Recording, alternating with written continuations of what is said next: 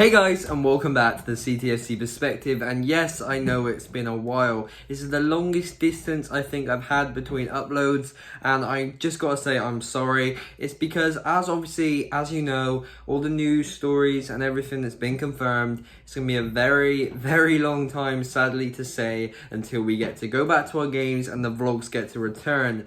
So I've still got ideas, I've still got videos prepared. It's just that I cannot keep uploading on such a frequent basis. Otherwise, a few months down the line where, sadly, let's be honest with each other, guys, we will not be at football. I won't have uploads for you guys. So I need to, separate my uploads a bit further just so you guys at least get content further down the line. And I'm sorry if you don't think that's enough of an adequate excuse, because also there are a few ideas which I don't really want to do because I don't want to trod on the toes of other content creators that do things just like what I do. I didn't really want to start the video off on such a sour note because I know everyone is going through the same crisis, everyone has having the same tough time, and everyone has a lot of spare time on their hands, but I just had to get it out for you guys so you don't have any questions for me on why I haven't been uploading as frequently.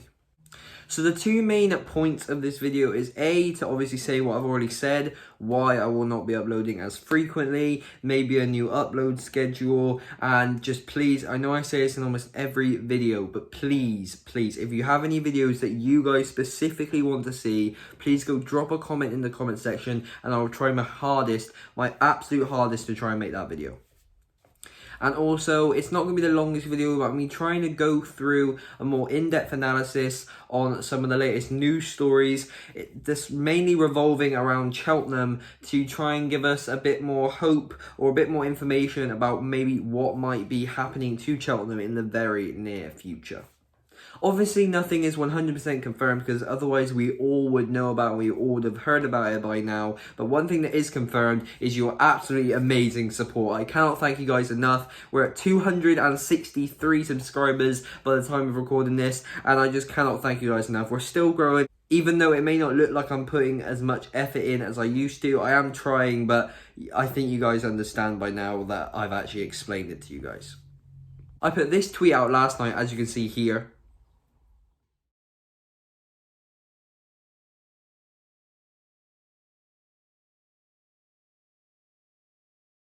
And that's all I can fit into the actual tweet. But I just want to say thank you guys, because we only just recently passed a milestone of 250 subscribers. That was really big to me. And just to have a video, a vlog, and it's Bristol as well, that's a really special one to me, hit 2,000 views. One of my videos hitting 2,000 views. I didn't think it would be. I thought it would be a very long time before I'd get anywhere near that. Some of my Cheltenham videos are hitting 1.5Ks. They're just doing really well at the moment. So like I said earlier, thank you for your amazing support on the channel. So I guess you could say that was the channel's longest intro yet, but I wouldn't really class it as an intro because it was more of information which I definitely needed to tell you guys. But without further ado, let's get into the news stories. So I'm going to be going through three main articles. Two are from Gloucestershire Live and how obviously it will affect the season and therefore Cheltenham Town. And the other one is a story I have found about Swindon Town and how this very big thing could impact Cheltenham. So I'm going to be scattering a few of the images from this actual news story on screen. So if you actually want to read yourself, please, whatever you can do, just press pause and you can hear me speak about it afterwards. So we start off with something which we pretty much all knew that would happen before it was even spoke about, and that is the League Two is going to prematurely cancelled.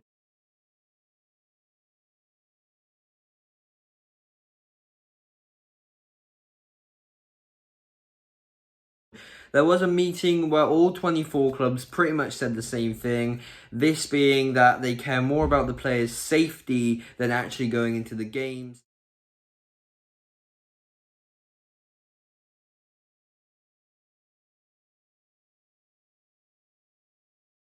And on a more sad note, the League Two clubs, it will be way out of their area to be able to afford it. Apparently it will cost something around £140,000 to actually get all the players tested, which is way out of the wage proportion for League Two.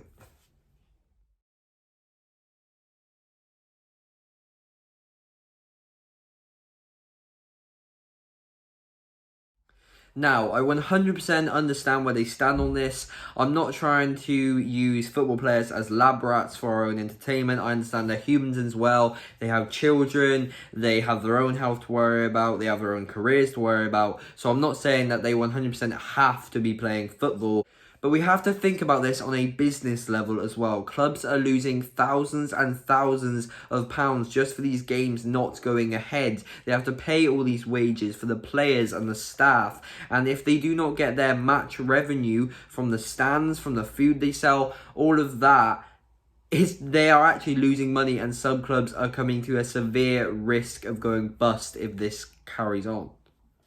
Now you might ask, where does this leave Cheltenham? Well, Cheltenham are in a good spot either way. They're pretty well financially, which is good. So we're not in any fear of going bust unless there's something hidden that I do not know about. And in the league, we're in a very good position as well. Either way, we are going to be in the playoffs, which is really what we're hoping for. It's a lot better than how we finished last season.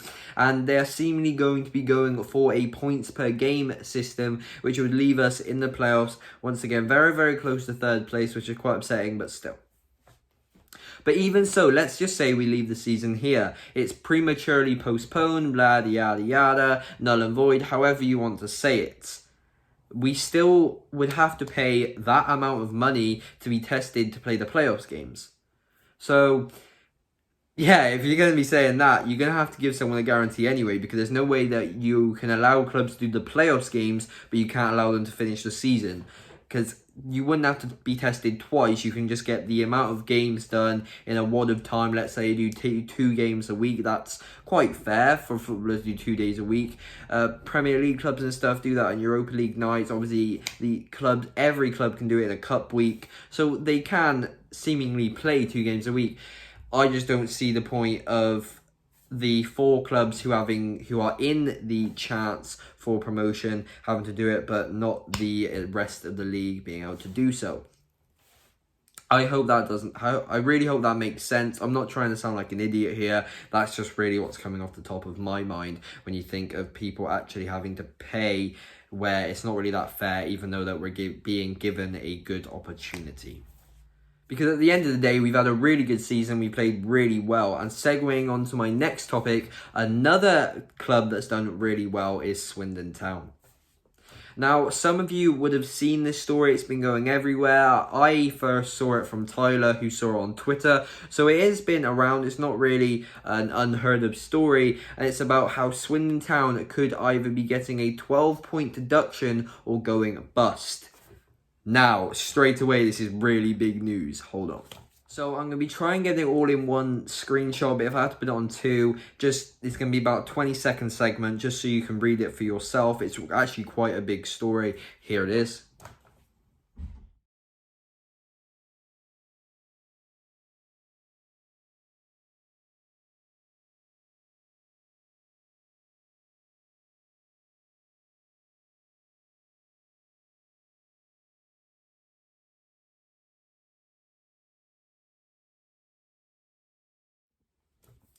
So a football agent has sued the Swindon Town owner for only owning 50% of his club. And his genuine defence is he sold it to Gareth Barry, a very, very weak defence, as you can see. But if he does not sell it to an American company called Able, in his own words, the club will most likely go into administration, as he will not be able to pay off the losses. Now, this is really big news. Obviously, Swindon Town are above us in the league. If they get the 12-point deduction, that means that Cheltenham will be in the guaranteed spot. That will be absolutely massive. That means we'd go up. I know, obviously, you don't want to see this for a club, but the other option is that they go into administration. And like I said, I'm not one to laugh at other clubs. I'd hate it to see if our Cheltenham, anything happened to them. But let's say they do go into administration. It's really sick to say this, but it is a positive for Cheltenham, as obviously we would go above them in the league, because how can a club that's going to administration actually still go up? Now, case 2, I'm really sorry, it's very, very confusing to me, but this is all I'm really getting from it. So, he is being sued by an investor for claiming to own 15, not 50% of the club, but he is saying that he doesn't think of this investor as a shareholder. I'm really sorry, I know I've essentially just read what you've just read, but that is the best thing you can say. It's really confusing how he's suing him for claiming to own 15% of the club. You either own it or you don't. If you are to spend that sort of money to get a certain percentage of a football club, you at least have some documents, proof, and facts don't lie, people do. So I have to go deeper into that. I may be a few days late on this story, and I think it's pursued a bit more. But like I said, in the near future, in the uploads soon, I'll be trying to keep you guys updated. Obviously, it does affect Cheltenham in the long run. Now, I understand today's video hasn't been the most fun for you guys. It's just been an information video. And if I have got a few things wrong, I am sorry. This is just how I saw them and the news article I've seen. If you've seen any articles which I've missed, please, can you just send them either to me on my Twitter or my Instagram, or maybe the CTFC news page, or even if you want to get a bit of fame in the comment section, please put a comment down there. Can you please like the video? The support, like I said, has been insane recently. Subscribe to the channel, it's going to be about here, and hit that notification bell.